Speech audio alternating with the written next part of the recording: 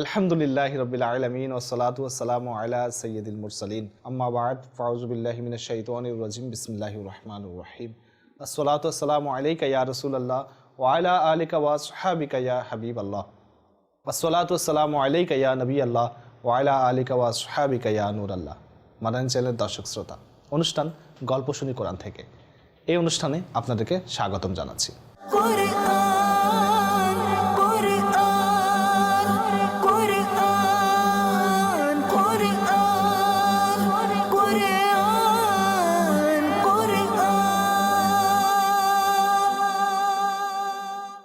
আজ কোন ঘটনাটি শ্রবণ করবেন, কোন গল্পটি আপনাদেরকে শোনাবো আপনারা কি জানেন?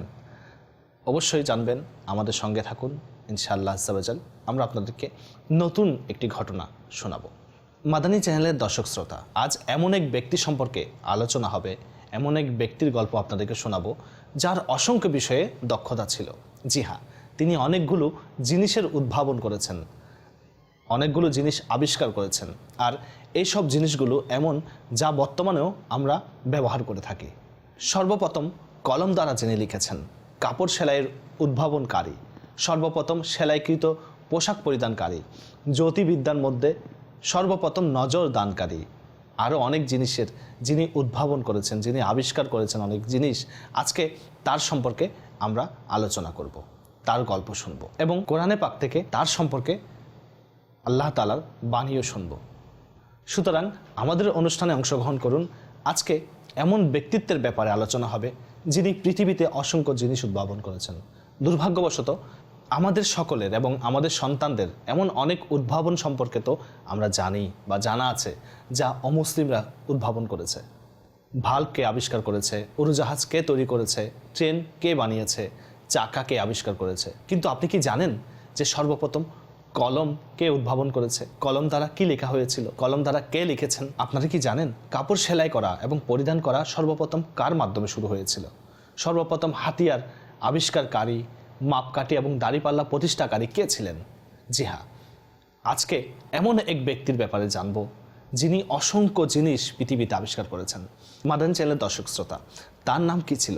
তার নাম হচ্ছে আখনুক, আর তিনি হলেন হযরত নূহ আলাইহিস সালামের বাবার দাদা। কার কথা চলছে চিনতে পারছেন?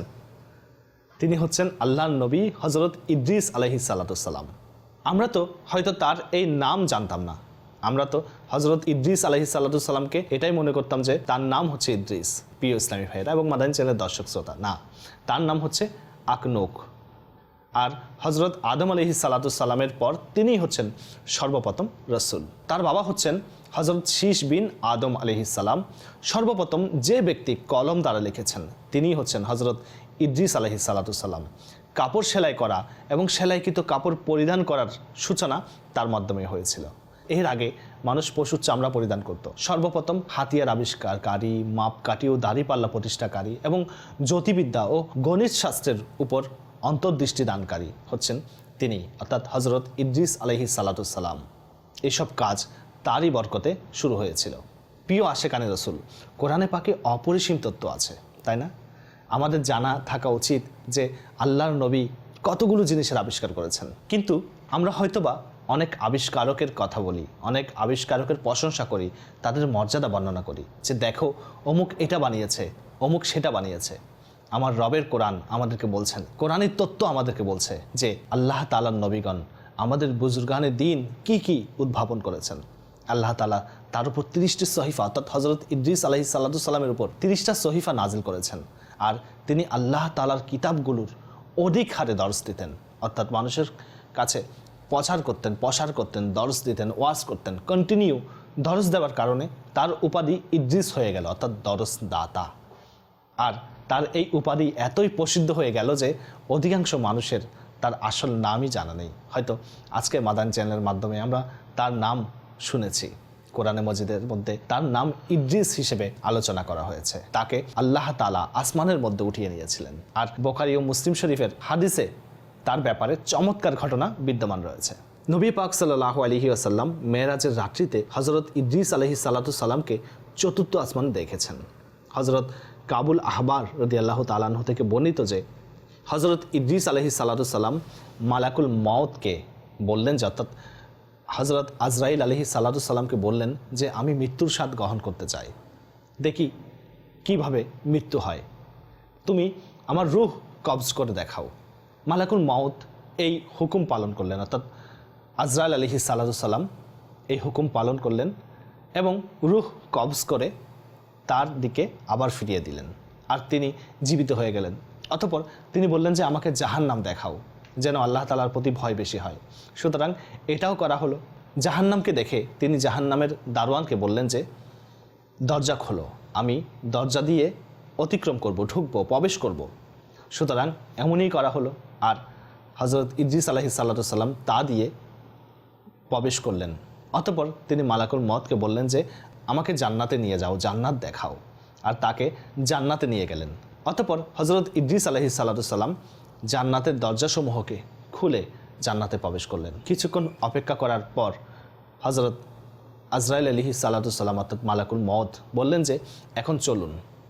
কিন্তু হজরত ইদ্রিস আলাইহিস সালাম বললেন যে আমি এখান থেকে কোথাও যাব না, কারণ আল্লাহ তাআলা ইরশাদ করেছেন প্রত্যেক প্রাণীর মৃত্যুর স্বাদ গ্রহণ করতে হবে।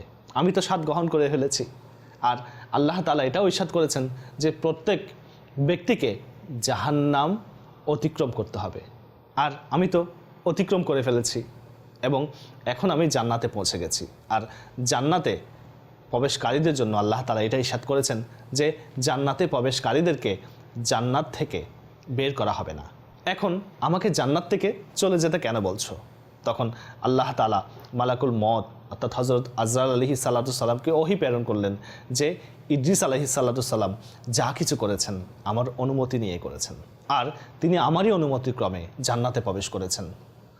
অতএব তুমি তাকে ছেড়ে দাও, তিনি জান্নাতের মধ্যেই থাকবেন। সুতরাং হজরত ইদ্রিস আলাইহিস সালাম আসমানের উপর জান্নাতের মধ্যে রয়েছেন, এখনও তিনি জীবিত আছেন। এমনিতে তো সমস্ত নবীরাই জীবিত, কিন্তু তিনি হজরত ইদ্রিস আলাইহিস সালাম প্রকাশ্যময় হায়াত নিয়ে জীবিত আছেন। হজরত ইদ্রিস আলাইহিস সালামকে আসমানে উঠিয়ে নেওয়া এবং তার প্রাপ্ত নিয়ামত সমূহের আলোচনা কোরআনে মজিদে সূরা মরিয়মে বিদ্যমান রয়েছে। কানজুল ঈমান থেকে অনুবাদ। এবং কিতাবের মধ্যে ইদ্রিসকে স্মরণ করুন, নিঃসন্দেহে সে অত্যন্ত সত্যনিষ্ঠ ছিল, অদৃশ্যের সংবাদসমূহ বর্ণনাকারী, এবং আমি তাকে উচ্চ স্থানের উপর উঠিয়ে নিয়েছি।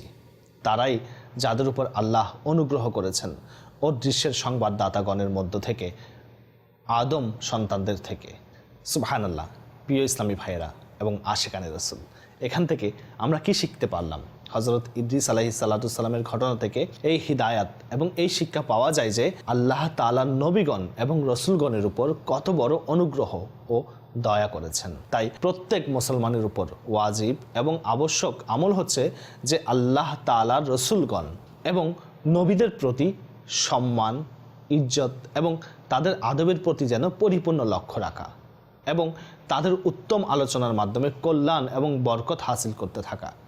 কোরআনে পাকের মুকাদ্দাস আয়াতসমূহ এবং হাদিসের মধ্যে বারবার আল্লাহ তাআলার এই সকল মনোনীত রসুলদের এবং নবীদের উত্তম আলোচনা হওয়াটা এই বিষয়ের দলিল যে ওই সব বুজুর্গদের কল্যাণময় আলোচনা এবং স্মরণ করা আল্লাহর রহমত পাওয়ার মাধ্যম, আল্লাহর রহমত বর্ষণ হওয়ার মাধ্যম এবং কল্যাণ পাওয়ার মাধ্যম। এই জন্য তো এইসব গল্প এবং কোরআনের ঘটনাবলী নিয়ে আমরা আপনাদের সামনে উপস্থিত হয়েছি। আর আল্লাহ তাআলার নিকট দোয়া করি যে আল্লাহ তাআলা যেন এই মোবারক ব্যক্তিগণের কল্যাণময় আলোচনার বরকতে আমাদেরকে অপরিসীম বরকত দান করুক।